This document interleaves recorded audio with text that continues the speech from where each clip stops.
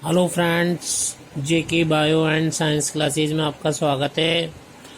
आज हम मानव उत्सर्जन तंत्र के बारे में अध्ययन करते हैं।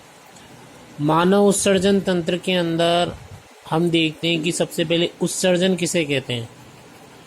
वह जीव प्रक्रम जिसके द्वारा हानिकारक पदार्थों को शरीर से बाहर निकाला जाता है उसे उत्सर्जन कहते हैं।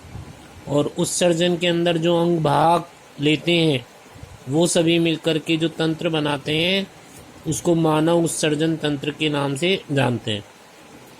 मानव उत्सर्जन जो तंत्र है उसका पहला मुख्य भाग है वृक्क या किडनी। वृक्क या किडनी आप देख रहे हैं मानव के अंदर दो होती है, बायां वृक्क और उसी तरीके से दायां वृक्क। हम देखते हैं कि किडनी या वृक्क है यह हल्के गुलाबी रंग की संरचना होती है जो कि सैम के बीच के आकार की आकृति की होती है। ये उदर गुहा के दोनों ओर पीछे की ओर होती है। किडनी या जो वृक्क है उसके अंदर दो भाग पाए जाते हैं, बाहरी भाग को वलकुट और भीतरी भाग को मध्यांश कहते हैं।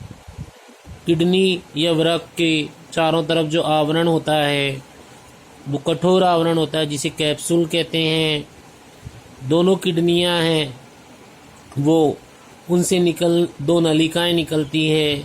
इन नलिकाओं को हम मूत्रवाहिनी के नाम से जानते हैं, जो बाईं और दाईं मूत्रवाहिनी है। इस मूत्रवाहिनी के द्वारा वृक्क से क्षनित जो मूत्र है वो नीचे की ओर पहुंचता है। नीचे की ओर पहुंचने के बाद जिस थैलीनुमा संरचना में एकत्रित होता है उसे मूत्राशय या यूरिनरी ब्लैडर कहते हैं। इसके अंदर मूत्र एकत्रित होने का कार्य करता है और जब इसमें अधिक मात्रा में 2 से 3 लीटर मूत्र एकत्रित हो जाता है तो इसमें एक दबाव महसूस होता है। तब मूत्राशय से मूत्र मार्ग के द्वारा जो मूत्र है वो बाहर निकलता है। यह मूत्र मार्ग सीसन नाम के अंग में खुलता है। इस प्रकार हम देखते हैं कि मनुष्य में जो उत्सर्जन तंत्र है उसके मुख्य भाग किडनी, मूत्रवाहिनी, मूत्राशय और मूत्र मार्ग होते हैं। किडनी संख्या में 1 जोड़ी यानी 2 होती है। मूत्रवाहिनी संख्या के अंदर 1 जोड़ी यानी 2 होती है। मूत्राशय संख्या में 1 होता है और मूत्र मार्ग जो सीसन के अंदर खुलता है इसके द्वारा मूत्र को बाहर की ओर निकाला जाता है। बाईं ओर के वृक्क में वृक्क धमनी प्रवेश करती है और उसी प्रकार हम देख रहे हैं कि नीचे की ओर महाशिरा है और इस प्रकार इसके अंदर मानव उत्सर्जन तंत्र के ये भाग पाए जाते हैं।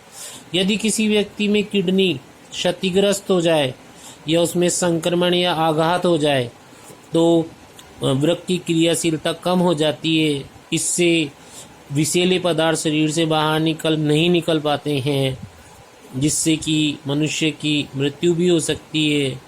अतः कृत्रिम रूप से जब नाइट्रोजनी अपशिष्ट पदार्थ को बाहर निकालते हैं तो इस क्रिया को हम अपोहन या इसको हीमोडायलिसिस के नाम से जानते हैं।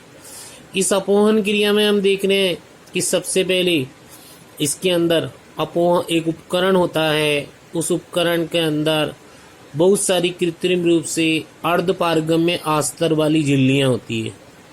सबसे पहले रोगी व्यक्ति जिसका किडनी कार्य नहीं कर रही है या कम कार्य कर रही है उसके शरीर से रुधिर को नलिका के द्वारा धमनी से जो पंप मार्ग दिख रहा है उसके द्वारा इस चयनित पारगम्य नलिका वाला जो भाग है उसमें लाया जाता है।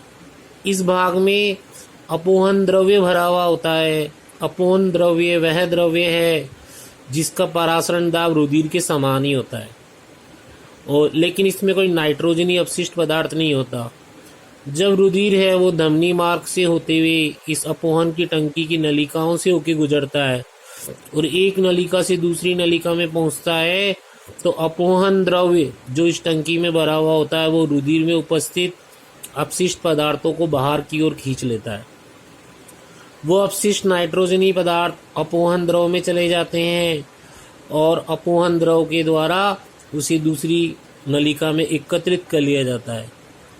और जो शुद्ध रुधिर है जिससे अपशिष्ट पदार्थ निकल चुके हैं वो नलिकाओं से होते हुए अंतिम अपोहन झिल्ली वाले भाग तक पहुंचता है और वहां शिरा मार्ग के द्वारा मनुष्य के शरीर में वापस पहुंचा दिया जाता है।